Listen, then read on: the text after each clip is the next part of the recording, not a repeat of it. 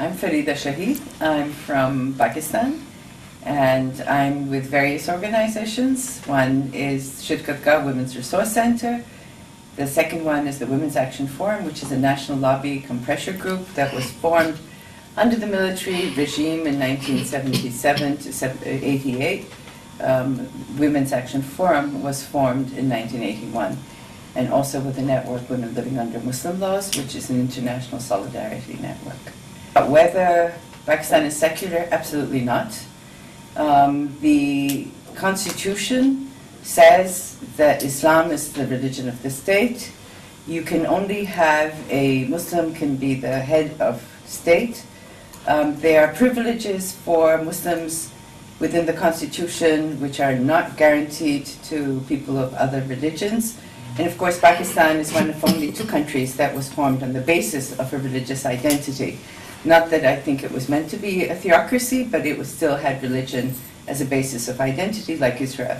So, absolutely, we are not secular. I think when Pakistan started off, we still had the possibility. There were of political parties that were not defining themselves on the basis of religion, which had other agendas. The agendas may have been positive or negative, but they were about regional autonomy. They were about more social rights for workers, for peasants.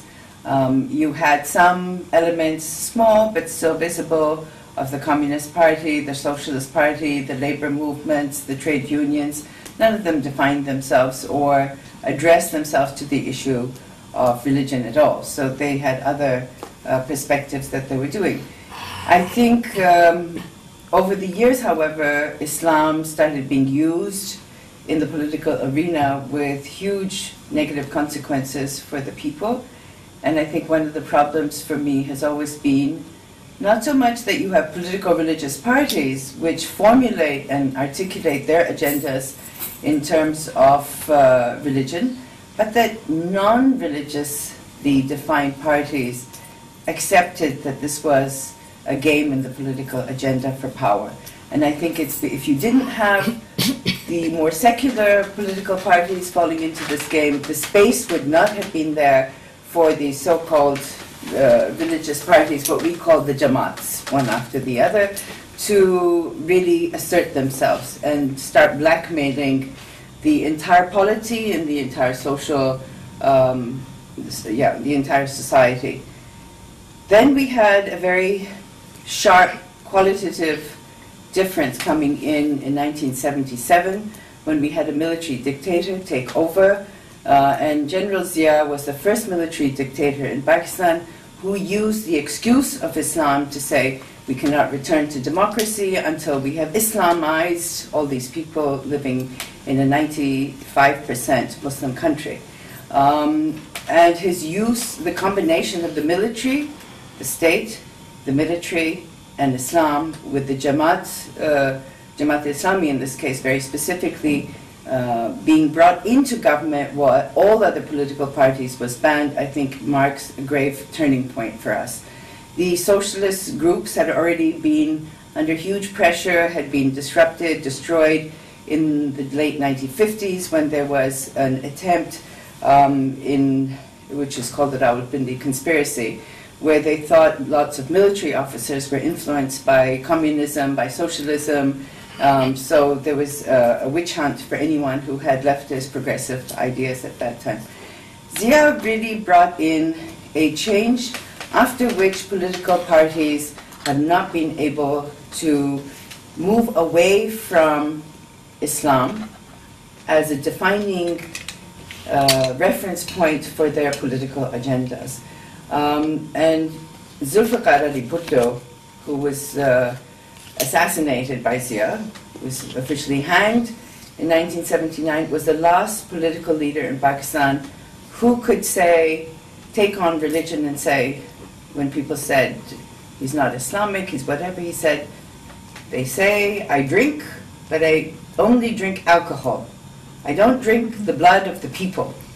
But he was the last one. And after that, nobody can get up and make those statements as clearly, even though when you talk to people at home, the peasants, the labor, they, at that point, under military regime of Zia ul-Haq, would tell you that there's no difference between, the difference between Bhutto and Zia is that one would one would drink before they made promises they didn't keep, the other recites Quranic verses before the promises they never keep.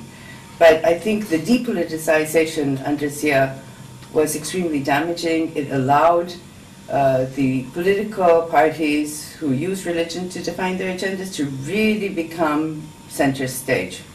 We had the war in Afghanistan, we had the support of the US for being the cat's paw in the US-USSR game, and that did not help because the West, led by the US, was supporting so-called Talibans and the Mujahideen at that time, who were put forward as if they were national heroes and nationalist fighters, freedom fighters. That left in Pakistan huge amounts of armaments and military equipment, state-of-the-art, flooded our markets, and also left the feeling that Mujahideens were freedom fighters and the way to define nationalist movements was through religion. Of course, not to forget, in 1977 or 75, we had the oil crisis.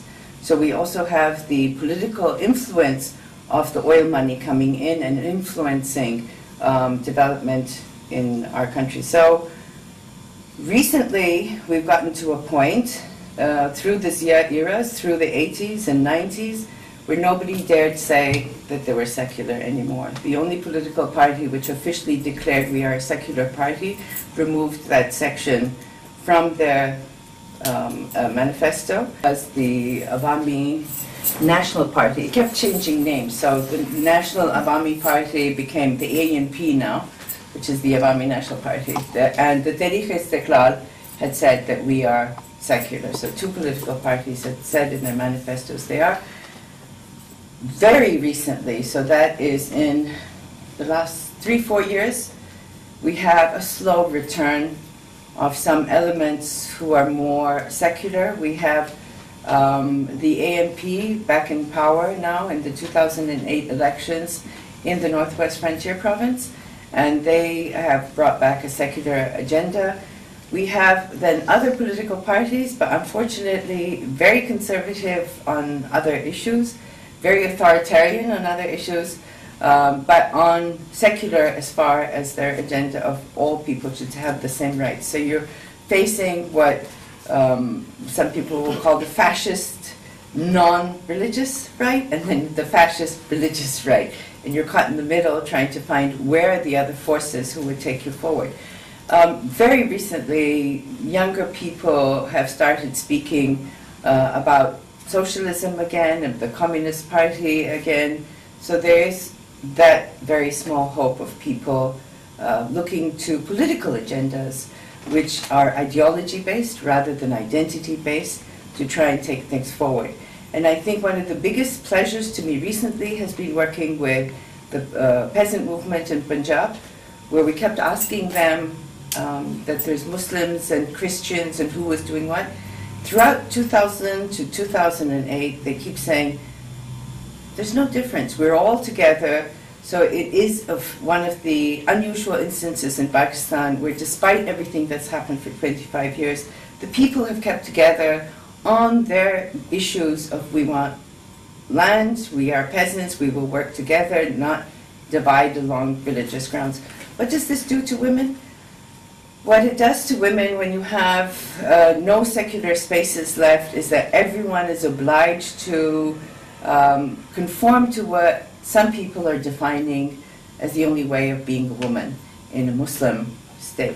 This also includes the Christians, the Parsis, and everybody else, who all gave up their skirts and the way they dressed in Pakistan, as well as the peasants. So it's not just the upper class urban women. The women who wore different kinds of dresses, which are not shalwar kameez, don't look like the national dress. The peasant women also gave up their other dresses to become more uniform. You bleach the environment of all diversities and options. And I think that's terrible because you have no choices left. You don't dream of how things can be different because that it becomes more and more narrow for women. You start defining yourself only in these terms. So that to me I think is the worst. And it is much more difficult when religion gets linked up with patriarchal forces, which are very strong anyway. It becomes a great excuse to silence women and to make them invisible. So it takes a lot of courage for women to stand up and say no. And I think that's something which is very dangerous. Secularism by itself is not the answer, of course. We all know we've had fascist governments voted in, the Nazis were voted in. It's not that it's the solution. But certainly, if you want options, then you need to have a secular environment, and we need to fight back that we preserve that environment. Everything cannot be, must not be defined by religion. You need to have voices talking about secularism. The women's movement in Pakistan has tried consistently to talk about secular space after the first 10 years of Zia. So for 10 years, tried to work within the framework of Islam to push that as far as possible, specifically, but only on laws that were said to be Islamic. On everything else, workers' rights, payment, property, things where the state did not reference Islam, the women's movement never referenced Islam either. But 10 years down the line, we said, enough. This has gone as far as it is. People want to take this forward. It's their personal business.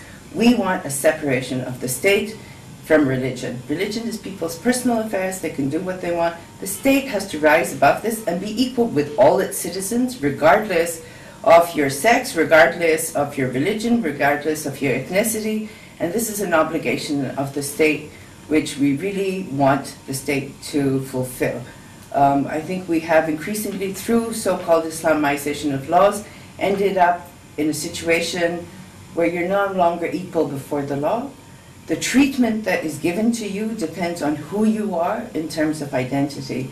And that to me is completely destroying what the whole idea of the social contract was with the nation state and the citizens who live there.